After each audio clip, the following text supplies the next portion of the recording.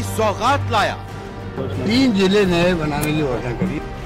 बिछ गई बिसा घोषणाओं की चुनावी सौगात। हम चाहेंगे कि राजस्थान मॉडल स्टेट बने।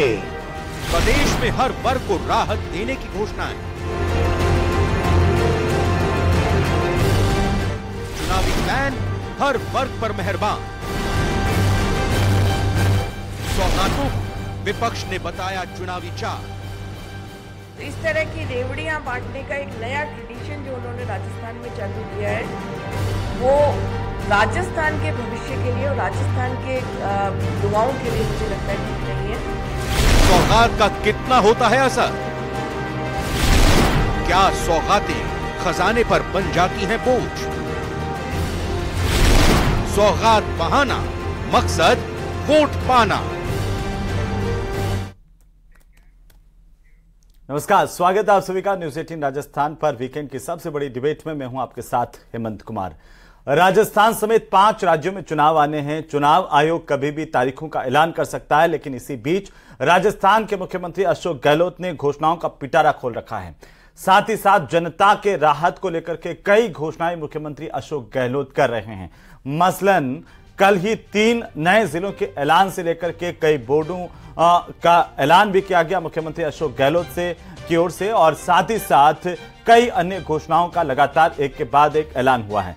ऐसे में यह सवाल है कि क्या ये चुनावी समय की घोषणाएं धरातल पर उतरेंगी? विपक्ष इस बात को लेकर के हमलावर है कि नई घोषणाओं के बहाने जनता को भ्रमित करने की कोशिश सरकार कर रही है, लेकिन सरकार कह रही है कि जब हम जनता को राहत दे रहे हैं, घोषणाओं के दम पर आम लोगों को सौगात दे रहे हैं, तो किसी को परेशानी क्या हो सकती है। आज इसी पर चर्चा करेंगे। हमारे साथ एक खास पैनल मौजूद हैं कि आखिरकार क्या सौगात सिर्फ बहाना है, असली मकसद वोट पाना है। इस पर चर्चा करने के लिए खास मेहमान हमारे साथ हैं। मैं सबसे पहले परिचय करवा दूं मेहमानों का। आशुतोष रावत हमारे साथ हैं, वरिष्ठ पत्रकार के तौर पर भारतीय जनता पार्टी की तरफ से। डॉक्टर निमिषा हमारे साथ हैं, और साथ ही साथ किशोर शर्मा हमारे साथ हैं, प्रवक्ता कांग्रेस पार्टी के। आप सभी का बहुत स्वागत। और सबसे पहले आशुतोष रावत जी, आपके साथ शुरुआत करते हुए, क्या ये रेवड़ी कल्चर है जिसको लेकर के आरोप लग रहे हैं? मुख्यमंत्री अशोक गहलोत की घोषणा, एक तरफ कांग्रेस कह रही है कि भाई हम तो जनता को सौगात दे रहे हैं, दूसरी तरफ विपक्ष कह रहा है कि चुनावी सीजन में ये घोषणाएं क्यों? आप इसे कैसे देख पा रहे हैं?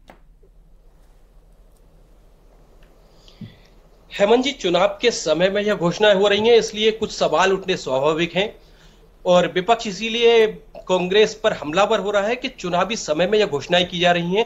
लेकिन कुल मिलाकर के मैं यह कहना चाहूंगा कि अगर कोई सरकार वाकई अपनी प्रदेश की जनता के लिए कुछ करना आपत्ति नहीं होनी चाहिए। अब योजनाएं, अगर यह घोषणाएं ऐसी हैं कि इनसे प्रदेश के आम प्रदेशवासियों को फायदा होगा, तो निश्चित तौर पर इनका विरोध नहीं होना चाहिए। अब हालांकि इसमें सवाल यह है कि सरकार जो घोषणाएं कर रही है, महज कुछ दिन इस सरकार के कामकाज में बाकी है, उसके बाद आचार संहिता लग जाएगी। तो ऐसे में क्या सरकार जो तमाम घोषणाएं कर रही है वह सिर्फ कागजी होंगी या धरातल पर उतर पाएंगी? अगर यह धरातल पर उतर कर आती हैं और प्रदेश की जनता को अगर इनका लाभ मिलता है, तो निश्चित तौर पर इनका स्वागत किया जाना चाहिए। और अगर यह सिर्फ लोगों को बलगलाने के लिए, लोगों को झूठे दिलासे देने के लिए की जा रही घोषणाएं हैं, जिनका फायदा जनता को नहीं मिलेगा, तो निश्चित तौर पर इन योजनाओं का विरोध होगा या नहीं होगा, उस पार्टी को चुनाव में निश्चित तौर पर आम जनता का विरोध झेलना पड़ेगा। एक दिन पहले हम चर्चा कर रहे थे, सुप्रीम कोर्ट ने भी जो मुफ्त की योजनाएं हैं और चुनावी समय में जिस तरह की योजनाएं चलाई जाती है, उनको लेकर के एक याचिका पर सुनवाई की थी, नोटिस भी जारी किया। मध्य प्रदेश सरकार भी, जहां पर बीजेपी की सरकार, उनको भी नोटिस जारी हुए, राजस्थान सरकार को भी, केंद्र सरकार को भी और चुनाव आयोग को भी। तभी सवाल उठा कि फ्रीबीज को लेकर के आखिरकार क्या पॉलिसी होनी चाहिए, नहीं होनी चाहिए। अब विपक्ष इस बात को लेकर के हमलावर है। ऐसे में किशोर जी, एक दिन पहले जिला बनाने की घोषणाएं की गई, या फिर एक के बाद एक 8 बोर्डों के गठन की बात कही गई, तो सवाल पूछ रही है बीजेपी आपसे, विपक्ष उठा रहा है सवाल कि ये आखिर में आपको क्यों याद आ रहा है? आज भी भाजपा की तरफ से प्रेस कॉन्फ्रेंस करके कहा गया कि सीएम अशोक गहलोत अब जब जाने वाले, उनको पता है कि उनकी सरकार जाने वाली है, तब आखिर के अंदर घोषणाएं क्यों? ये घोषणाएं पहले हो जाती जनता के लिहाज से।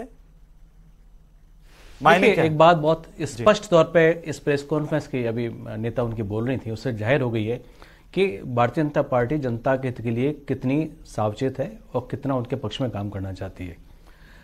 भारतीय जनता पार्टी जनता को जो राहत दी जाती है, सौगात दी जाती है, उन्हें वो रेवड़ी कहती है। और जबकि कांग्रेस की सरकार के लिए, कांग्रेस के लिए वो जनहित की योजना है। क्या फर्क पड़ता, क्या तकलीफ भारतीय जनता पार्टी की यदि कांग्रेस सरकार जनता की सेवा करने के लिए इतनी सारी योजनाएं बनाती है और इतने इतने जिले बनाती हैं और इतने सारी योजनाओं का फायदा उन आम आदमी तक पहुंचता है, निचले तबके के आदमी तक पहुंचता, अंतिम छोर के व्यक्ति तक पहुंचता, तो भारतीय जनता पार्टी को क्या तकलीफ है इस बात की? तकलीफ इस बात की है कि उनको इस बात का दर्द है कि भारतीय जनता पार्टी जितनी बार भी राज में रही, उन्होंने जनता की कोई सेवा नहीं करी। और कांग्रेस जितने बार भी राज में रही, उन्होंने, कांग्रेस ने हमेशा जनता की सरकार है हमारी सरकार, और हमने हर निचले स्तर तक के आदमी से तक के आदमी तक को राहत पहुंचाने हर संभव कोशिश की। आप जिले की बात कर रहे थे, पहले भी प्रशासन शहरों की ओर चलता रहा है, प्रशासन गांवों को चलता है। ये जब जिले ज्यादा बने हैं, ज्यादा बनने का मतलब ये कि इनको जब बांटा गया तो ये आम आदमी की रीच में जिला आ गया। वहां आप बैठ के एसपी से बात कर सकते हैं, वहां आप आईजी से बात कर सकते हैं, वहां डिस्ट्रिक्ट कलेक्टर से बात कर सकते हैं और अपनी राहत पहुंचा, उनकी जो समस्याओं का समाधान करने के लिए बड़ी मदद मिलती है। भारतीय जनता पार्टी ने इतने साल राज में रहे, कभी कोई जिला नहीं बनाया, कभी कोई योजना तैयार नहीं करी जिसमें आम आदमी को राहत दी जा सके। कांग्रेस सरकार जनता के साथ, कांग्रेस सरकार जनता की सरकार है, जनता की राहत देने के लिए है और ये राहत देने के लिए प्रतिबद्ध है। लेकिन सवाल इसलिए उठ रहा है ना कि ये राहत आप पहले दे देते, 4 साल में या साल भर पहले भी देते तो जिलों का अस्तित्व हो जाता। अब क्या सिर्फ आप घोषणा पत्र में इसे लागू करेंगे कि 3 जिले अगर आपकी सरकार आई तो और बनेंगे, या पहले बना करके उनमें नियुक्तियां हो जाएंगी? ये बताइए, क्योंकि कभी भी आचार संहिता लग सकती है किशोर जी। देखिए, वो चुनाव आयोग को काम है और कभी जो चुनाव आयोग जब प्रेस कॉन्फ्रेंस होंगे तो एक इंडिकेशन होगा कि आचार संहिता लग रही है। लेकिन बात बहुत साफ है, सरकार ने जिस दिन से शपथ ली अपने जनसंकल्प घोषणा पत्र को एक धर्म ग्रंथ की तरह इस्तेमाल किया और प्रशासन को सौंप दिया कि हम इस पे काम करेंगे, और उसी तरीके से पहले दिन से सरकार काम कर रही है।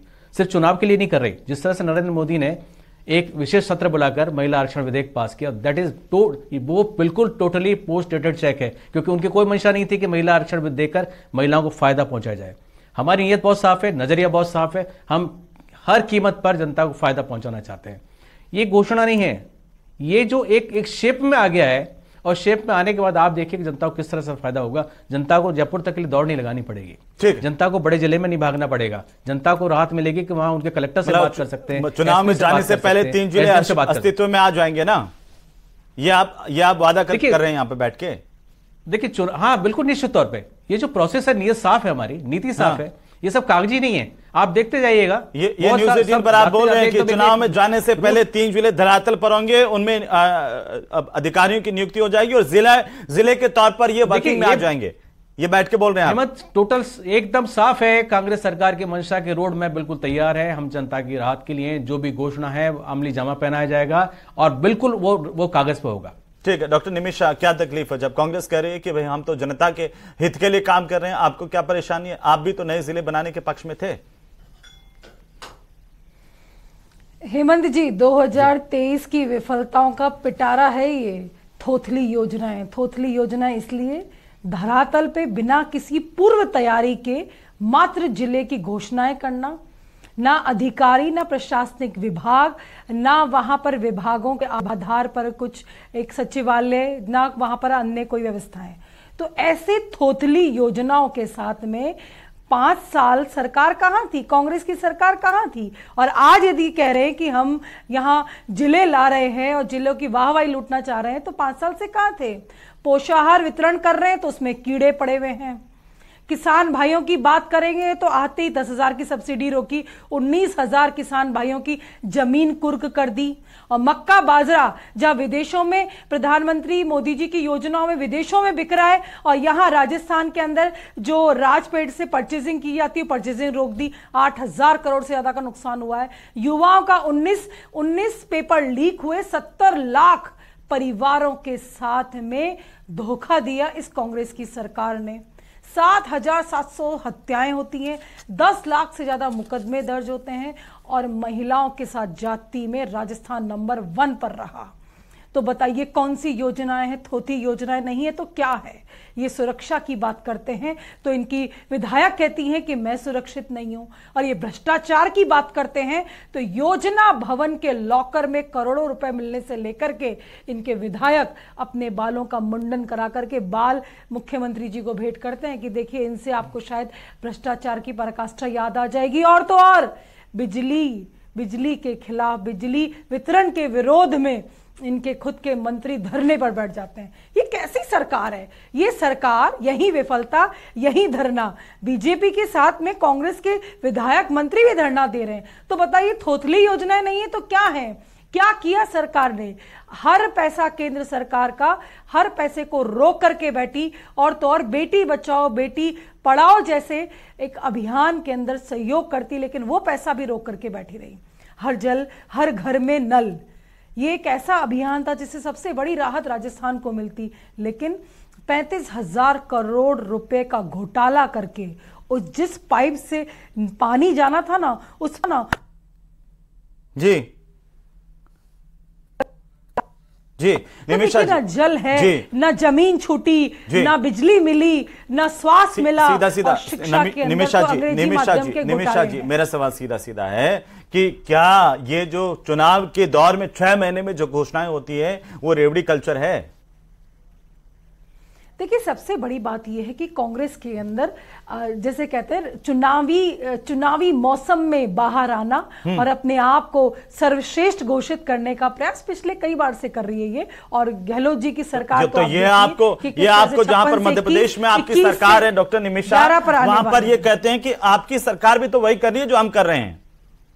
तो इसका मतलब तो यही हो जाए कि सौगात बहाना, वोट पाना असली मकसद है। नहीं, देखिए मैं आपको हेमंत जी क्लियर करती हूँ, निरंतर कार्य करने में, निरंतर कार्य मध्य प्रदेश में 6 महीने में 4 बड़ी स्कीम लागू हुई है। सुप्रीम कोर्ट ने फ्री बीज को लेकर के मध्य प्रदेश सरकार को भी नोटिस जारी किया है। डॉक्टर निमिषा आपको बता दो, 10 जून 2023 लाडली बहना योजना, 14 अगस्त 2023 किसान सम्मान निधि 2,000 रुपए बढ़ाई। ये 6 महीने के भीतर की घोषणाएं हैं। 20 जुलाई 2023 मेधावी छात्र छात्राओं को लैपटॉप, 24 अगस्त 2023 7,800 स्टूडेंट्स को स्कूटी। सुप्रीम कोर्ट ने इसे लेकर के मध्य प्रदेश की सरकार को भी नॉक किया है। भाई कोरोना की महामारी के बाद कितने लंबे समय से गुजरे हैं और किसान भाइयों को सीधा सम्मान निधि दी जाती है, वो राजस्थान से लेकर पूरे भारत भर में दी जा रही है। और रही बात मध्य प्रदेश की, तो मध्य प्रदेश की सरकार के कार्य देखिए जिसका परचम आज आपके पास कार्ड क्या है डॉक्टर निमिषा? ये भी तो वही, वो कांग्रेस भी तो यही कह रही है। इतिहास रच लिया, अपराधों में रच लिया, बच्ची को जिंदा भट्टी में जलाया जा रहा है। सिलाई करता हुआ हमारा भाई, सिलाई करता हुआ हमारे भाई की, हमारे भाई को जिंदी चाकू से काट दिया जाता है। और ये सरकार जो है अपराधों में नंबर 1, भ्रष्टाचार में नंबर 1, राहत देना, उसे भारतीय जनता पार्टी ने रेवड़ी कहती है। तो ये राजस्थान की 8 करोड़ जनता का अपमान है, जनता के साथ चीटिंग है ये। और रही भ्रष्टाचार की बात, पोषाहार में कीड़े भारतीय जनता पार्टी के तो राष्ट्रीय अध्यक्ष कैमरे में कैद हुए हैं लैपटॉप बच्चियों के रखे वसुंधरा राजे पर। किशोर जी वो ठीक है, लेकिन ये सवाल उठेंगे ना कि भाई जब आप 5 साल के लिए सरकार में चुन करके आते हैं, योजनाएं 5 साल के लिए बनती है, तो आखिरी समय में इस तरह से घोषणाओं पर घोषणाएं क्यों हैं? ये पहले घोषणाएं हो जाती है। सवाल तो इतना ही है ना, नियत को लेकर के सवाल है ना किशोर जी। राजस्थान इस देश का पहला राज्य है जहां स्वास्थ्य का अधिकार की कोई योजना लागू किया गया और जब योजना लागू करने के पहले दिन से शुरू कर दी गई।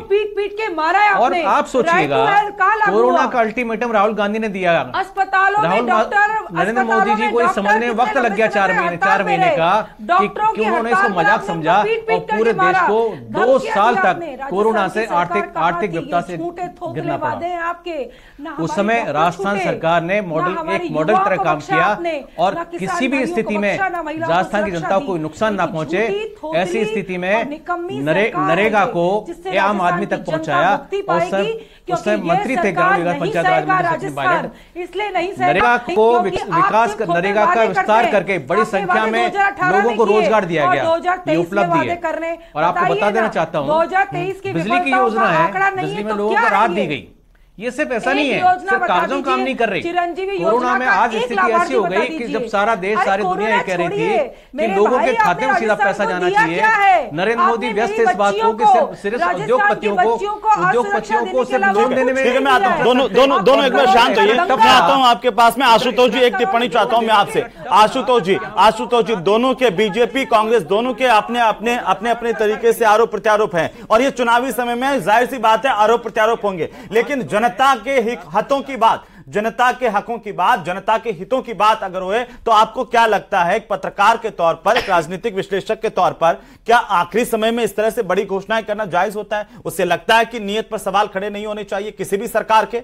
बीजेपी कांग्रेस से इतर में जवाब चाहता हूं आपसे। 5 साल कहां थी कांग्रेस? हेमंत जी, अगर फ्रीबीज की बात करें कि फ्रीबीज की घोषणाएं होनी चाहिए या नहीं होनी चाहिए, कोई आंदोलन नहीं किया, इतनी खराब बात छोड़ दीजिए, तो मेरा मानना यह है। एक मिनट क्यों नहीं किया? सुन लीजिए सर, किशोर पार्टी विरोध क्यों नहीं किया? निमिषा जी, एक मिनट सुन लीजिए, उनका जवाब सुन लीजिए, उसके बाद में वापस आ रहा हूं जी।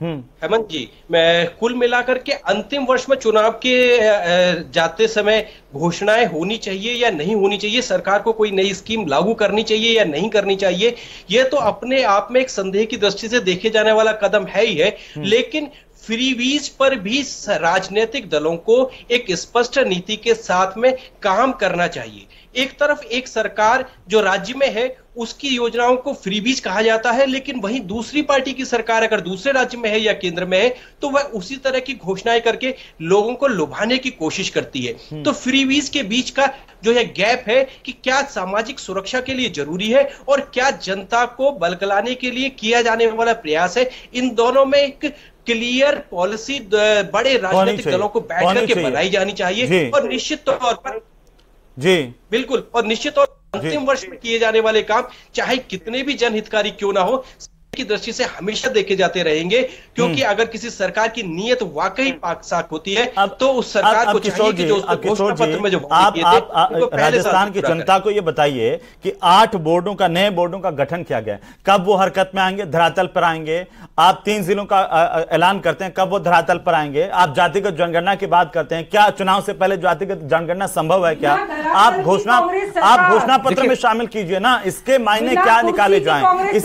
इसीलिए लगातार बीजेपी आपसे ये सवाल करती है कि आप अब अंतिम समय में घोषणाएं करते हैं, राज्य पर एक भार तो पड़ता ही पड़ता है, लेकिन आम लोगों को आपको लगता है कोई फायदा मिल पाता है? 8 बोर्डों में अगर वाल्मीकि कल्याण बोर्ड का गठन 4 साल पहले होता तो वाल्मीकि समाज को फायदा होता। अगर किसानों के बोर्ड का गठन, मेघवाल कल्याण बोर्ड, पुजारी कल्याण बोर्ड, ये 4 साल पहले होता तो कोई फायदा होता। तो सरकार जा रही है, चुनाव में जा रही है, काम कहां से हो पाएगा, किसको फायदा मिलेगा? आप इसे घोषणा पत्र में शामिल कर रहे हैं। देखिए, एक बात बहुत साफ सी है जी कि कांग्रेस पूरी तरह से, मैं फिर इस बात को दोहरा रहा हूं, पूरी तरह से अपना जो फायदा है जनता के निचले तबके तक पहुंचाना चाहती है और उसी लिए काम कर रही है। ये साफ मानिए, जो बोर्ड बने हैं ये इसका प्रशासनिक स्वीकृति के आधार पर बने हैं और पूरी तरीके से इनका, आप इतना मत सोचिए कि ये बिल्कुल लास्ट में बने। आप जानते हैं पिछली बार कांग्रेस सरकार में थी, आप जानते हैं उसको, आपके 6 महीने पहले जो बोर्ड बनाए थे वो अगली सरकार बदली तो उसके बाद बोर्डों के अध्यक्षों के क्या हाल हुए? उनको इस्तीफे देने पड़े। बिल्कुल सही सवाल आपने किया है जी। ये मंशा है भारतीय जनता पार्टी की। नहीं, जो बोर्ड बनते हैं उन बोर्डों को खत्म कर देती है, क्योंकि वो नहीं चाहती कि जो बाकी की जातियां हैं, बाकी वर्ग को फायदा पहुंचे।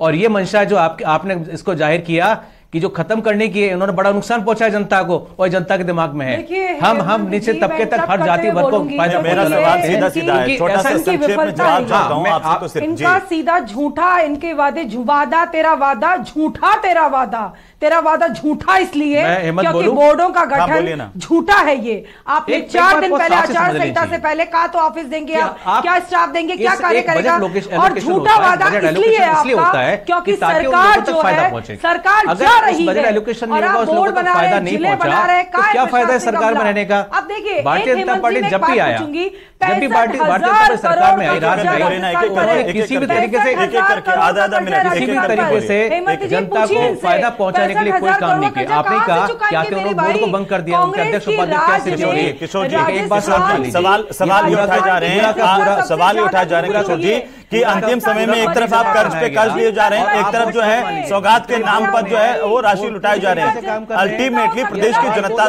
से ही वसूल होगा ना सब कुछ है। नीयत साफ नहीं है। जैसे पहले बोर्ड को भंग कर दिया गया, जनता को फायदा नहीं पहुंचाना चाहते थे, उसी तरीके से अब जनता की समझ में आ गया कि सरकार को चलिए ठीक है। आखिरी सवाल है आशुतोष रावत जी, क्या ये रेवड़ी कल्चर सौगातों का पिटारा जनता पर बोझ है? रेवड़ी के ना आज राजस्थान की 8 करोड़ जनता का अपमान है। हेमंत जी सीधे सीधे शब्दों में अगर कहा जाए तो इसको सरकारी खजाने पर बोझ है यह तो हम कह सकते हैं, लेकिन जनता पर बोझ है ऐसा मैं शब्द में शायद प्रयोग नहीं करना चाहूंगा, क्योंकि सरकार का यह एक काम है कि कर्ज लेगी तो वसूली किससे होगी? जनता से होगी। आप अलग अलग तरह के कर्ज लगा करके, सेस लगा करके, टैक्सेस लगा करके, वो तो चाहे वो केंद्र सरकार करे या राज्य सरकार करे, फिर भी इसमें समझ लेना चाहिए जी किशोर जी, टैक्स पेयर राजस्थान की इस देश का हर व्यक्ति टैक्स पेयर है। स्वागत करेगी 2 दिन का बोर्ड, 4 दिन की अफवाह, जनता निर्णय करेगी, इसको जनता पर छोड़ते हैं। अब ज्यादा समय नहीं रहा है, जनता के हाथ में मैंडेट है। चलिए बहुत शुक्रिया इस चर्चा में शामिल होने के लिए, हमारे साथ जुड़ने के लिए। किशोर जी आपका भी, डॉक्टर निमिषा आपका भी, और आशुतोष जी आप भी शामिल हुए। सरकार अपनी तरफ से घोषणाएं कर रही है और वो सब जनता के बीच में तय जनता को करना है कि कौन सही कर रहा है, कौन गलत कर रहा है, और क्या कब किसकी घोषणाएं होती तो किसको फायदा मिल पाता, ये जनता पर ही छोड़ देते हैं। आज की चर्चा में इतना ही। आप देखते रहिए न्यूज़ 18 राजस्थान। नमस्कार।